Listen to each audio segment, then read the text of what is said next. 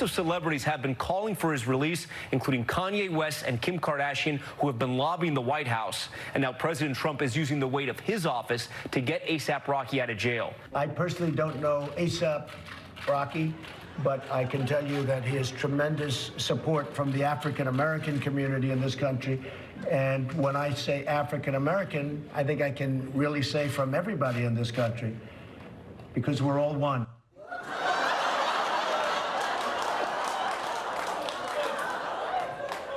That's right, folks. We're all one. And anyone who doesn't agree with that can go back to their shithole country. Send her back. Send her back. Yeah. You know, this is one of those moments where I genuinely cannot believe that we're living in real life. No, because just like, listen to the story. Donald Trump, who is the president of the United States, got a call from his friend, Kanye West, to save a rapper from a Swedish prison. This sounds like a headline written by a newspaper on LSD. It's just like the craziest shit ever. If you've ever thought, I like Donald Trump and his policies and his hair, but I really just wish he could read, well, then Great Britain has the leader for you.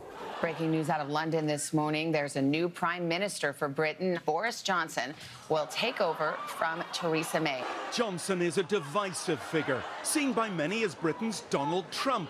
Blonde, brash, a populist, fond of anti-immigrant rhetoric, who's built a career twisting the truth. I know some wag has already pointed out that deliver, unite and defeat was not the perfect acronym for an election campaign, since unfortunately it spells dud. But they forgot the final E, my friends. E for energize. And I say to all the doubters, dude, we are going to energize the country. We're going to get Brexit done. Dude! Dude! Where is my motor vehicle? Dude! You know what I love about Brexit is how confident everyone is when they come into the job, yeah? Like everyone before them hasn't failed at Brexit dismally. It's already wiped out 2 prime ministers, but the next guy's like, all right, my turn, let's do it. Come on, Brexit. Brexit is basically the cinnamon challenge of politics. That's what it is. Yeah. Everyone starts like, hey guys, I'm gonna be doing the Brexit. It's gonna be super.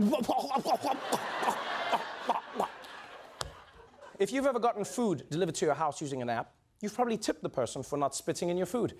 But now it turns out that your tip might have been going to someone else. Now, it's no surprise when you have food delivered, it costs more because of the delivery fees and, of course, the tip. But more people are bringing attention to what happens to those tips. Some companies like DoorDash and Amazon Flex could take that tip and make it part of the driver's minimum pay. In some cases, instead of the driver making $13, they still only made $10 because the tip went toward their minimum payment. The delivery service now only has to pay the other $7. It's called tipped wage. Okay, that's just shitty, man. Yeah, it turns out some delivery apps have been taking the tips that we give and then counting it against the delivery person's salary, which is trash, right? People already don't earn a lot. You think the tips would help, and then they count it. It shouldn't count towards their salary. Like, they're completely separate things. It's like how birthday sex shouldn't count as normal sex, yeah? That's a separate system. That's what I told my wife when she said, oh, we already had sex this week. Then I was like, no, that was birthday sex. Look at the spreadsheets.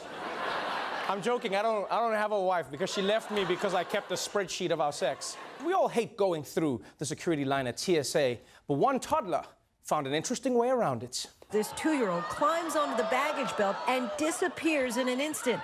The toddler caught up with all the other bags where he enters and passes through an X-ray machine. His horrifying travels then send him into a massive bag room where workers quickly discover him riding down the belt and rush to his rescue. I was just freaking out, and I'm like, oh my goodness, I hope he's okay. I hope he's just enjoying the ride. Yo, that mom is really chilled. I hope he was having a good ride. Because if I was a parent, that experience would have terrified me. Because the airline could have charged me for extra check-in luggage. Like, that's scary. And can I say, if I didn't see that video, I wouldn't believe the story at all. Because it sounds like the plot of one of those Baby's Day Out movies, you know? Yeah, like the kid goes in, and then he's in the cargo, and then ends up in Paris, and then somehow a cat burglar at the Louvre gets stopped committing a crime, and then they make the baby the president of France. Like, you did it, baby, you did it.